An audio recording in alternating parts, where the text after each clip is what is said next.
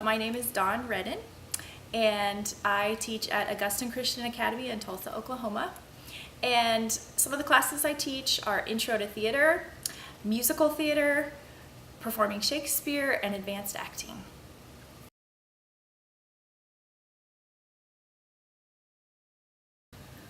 When I first started teaching, I had the joy of having my own children in the classroom with me, but also the challenge of having my own children in my classroom. And the joy was that we got to pile in the car and come to school together, and I got to be a part of their lives every day. The challenge of that was that I had my children in the classroom and their friends, and it was hard for me to transition from mom to teacher. And so that was a big challenge for me, learning the balance between being that motherly figure in my children's lives and in the lives of their friends versus being their teacher and a role model that was sort of separated from them. So that was the biggest challenge I had coming here.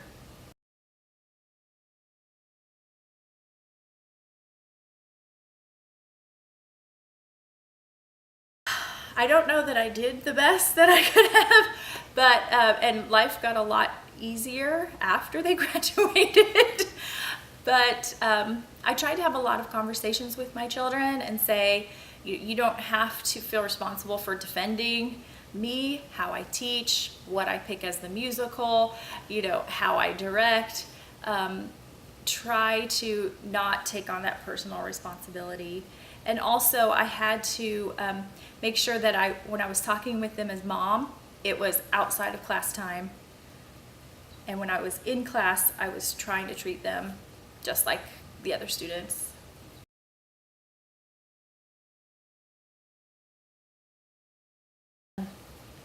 Several things have changed about the way I teach. The first thing is, when I was first teaching, I was very conscientious about all the details I had to do, my lesson plans, you submit your grades, all of these details, get the copies made, have everything ready for when the students come. I was so consumed by the details that many weeks would go by and I would think, I haven't checked in personally with any of my students. I haven't, I would see them more as a class versus individual students. And so I really prayed about it and asked the Lord to help me to change my focus, because as a teacher, I want to make a difference in the lives of the students. That's the point of being a teacher. And so the Lord has helped me make a transition to where I can still be conscientious in the details, but He's opened my eyes. One thing I pray is, show me who needs a smile today. Show me who needs a word of encouragement. Show me which student needs a pat on the back, And so because I'm praying that on a regular basis, I'm more bold in my classroom. If I see that a student is down and all the rest of the students leave the classroom, I'll stop and say, are you doing okay? Are you having a bad day? And I reach out to them more than I ever did in the beginning. The second way my teaching has changed is that I used to be afraid to be very strict with my students. I thought, when they would come to me and say, Mrs. Redden, I didn't do my homework, that mom in me would say, oh, well, I'm sure that, that's really sad. Why just get it to me later? It'll be okay. Well, what I found out was not only did they not get it to me later, but next time we had a homework assignment, Mrs. Redden, I don't have my homework. So the message I was sending was, it's okay not to fulfill your responsibilities. So the Lord gave me boldness to say, I'm sorry you didn't do your homework. Here are the consequences. Here is at our school, an orange slip. Here's your orange slip.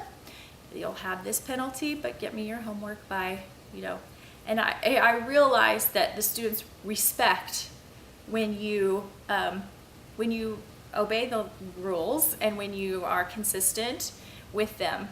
And that has helped so much. I thought that the students would respect me less if I did that, and I found out they respect me more.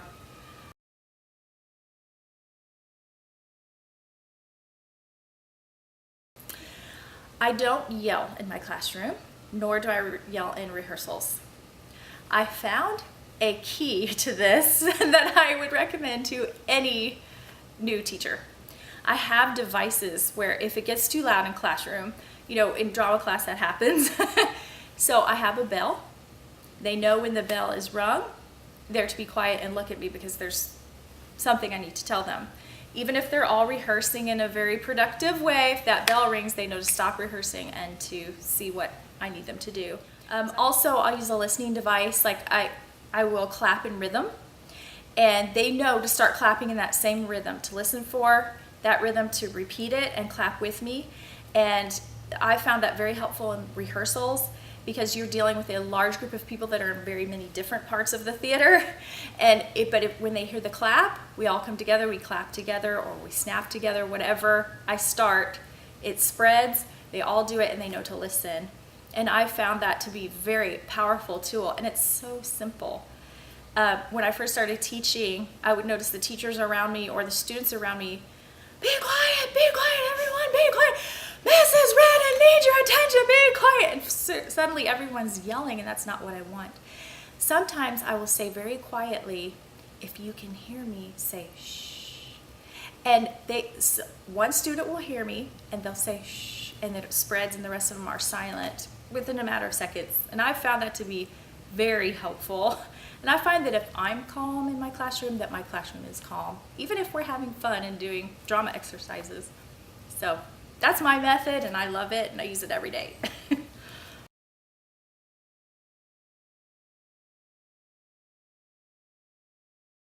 I think the number one way you push your students to achieve excellence is by pushing yourself to achieve excellence as a teacher. Always requiring more of yourself. Always requiring yourself to learn more, to grow, and to raise the bar.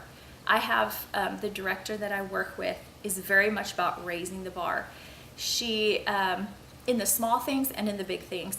And she always challenges the students, and she sets the level very high, and she says the students will rise to that level. She says if we don't expect a lot of them, they won't give us a lot. And so we tell them that we don't operate on high school level here. That what we're looking for is college level. What we're looking for is community theater level. And we've had time and time again, our audience members have come to us and said, I forgot they were high schoolers.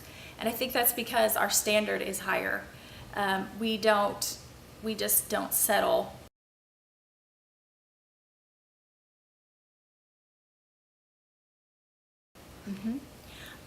We have a certain structure with our rehearsal because we are at a classical education school and our school is very structured. So we require just the same amount of structure in rehearsals. For instance, our actors and actresses dress in rehearsal uniform. They have a uniform for schools, they have a uniform for rehearsal. So we have what we're called rehearsal wear. Everyone wears black and white or ballet pink. So it's like a dance school when you walk in. And we do that because we want uniformity. We also want to focus on the kids' talent and their faces, not what they're wearing. And so it's a very professional atmosphere during rehearsal because everyone is dressed in uniform.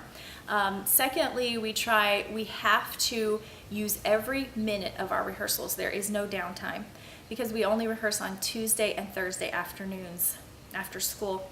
And then a month before the show, we rehearse on Saturdays. But we do not rehearse every day. We only rehearse Tuesday, Thursday because our school is set up on a collegiate model for classes. So we have Monday, Wednesday, Friday classes and Tuesday, Thursday.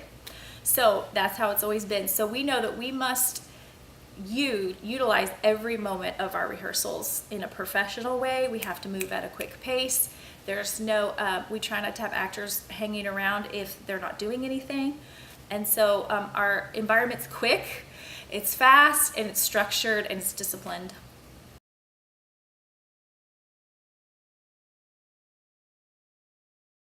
My advice for a brand new communication arts teacher would be to be very careful how you see yourself. If you see teaching as a job, it will become very tedious for you. It will become exhausting for you. The long hours, the low pay, the unappreciation. But if you see your job as a calling, it will change everything. I would suggest that you see it as, this is my calling. This is an anointing that I have from the Lord to be in this school with these students for these classes. That's how I approach it every day, and I find such fulfillment in that. When a student comes to me and says, Mrs. Redden, can I talk to you? I'm having problems at home. I thank God that is my calling, to be there for that student. When a student has a performance that amazes even themselves, I say, that's because this is my calling. It's not just a job I go to. And so that would be the advice I would give a new teacher.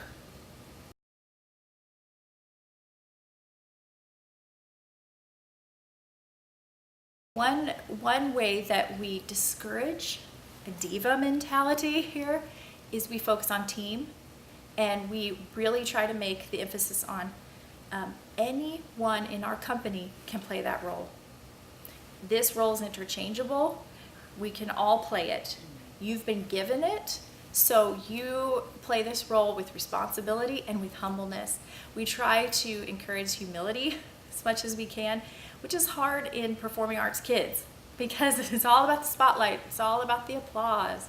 And we try to glorify team over individuals. Another thing is that just because you have a leading role this year does not guarantee you're going to have a leading role next year. You may be in the chorus next year. You may be asked to serve backstage next year. So we try not to focus in on 2 to 3 kids and give them, every role. We try to truly work through our team and use our team in many different ways. And so we find that helps kids. And we let our kids know that we pray about casting and who should be in which role each year, and that it's up to the Lord and how He wants to put this team together this year. It's like a big puzzle and puzzle pieces coming together. So it doesn't matter if you're a senior, if you've been in our school 5 years, if you're brand new to our school, you had every leading role. It doesn't matter. From year to year, it's up to the Lord who's going to play the roles.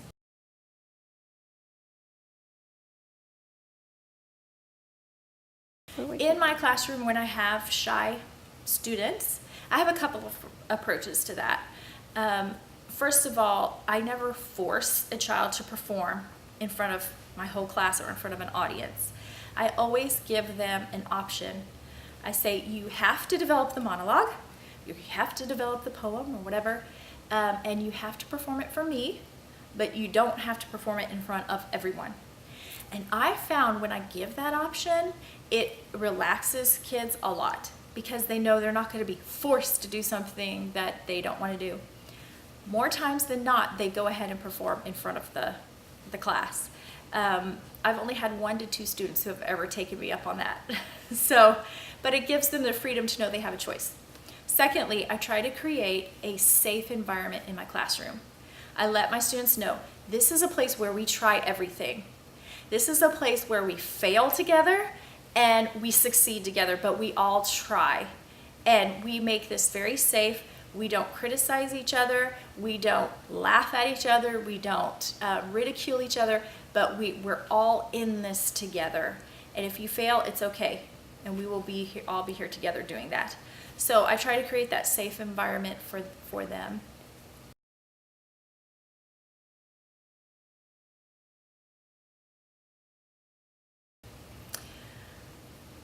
Arts education has always been an important part of classical education. In our school, we use the classical model, and we believe that all the subjects are integrated. We believe that what you learn in science contributes to what you learn in math, contributes to what you learn in history, contributes to what you learn in performing arts. We don't see performing arts as a separate subject from education. We see it as an integrated whole to a beneficial and really full whole education. I don't think that a student who doesn't, let me rephrase that. I think that a student who participates in performing arts will only enhance their education. It will help them to be more confident when they have to give presentations in other classes. It will help them be able to express themselves and what they believe. Even if they're doing a debate on, a political debate, the skill of performing arts will help them in that. It will help them to understand history, different characters in history, people from different societies and time frames. I think that performing arts education is vital to a well-balanced education for a student.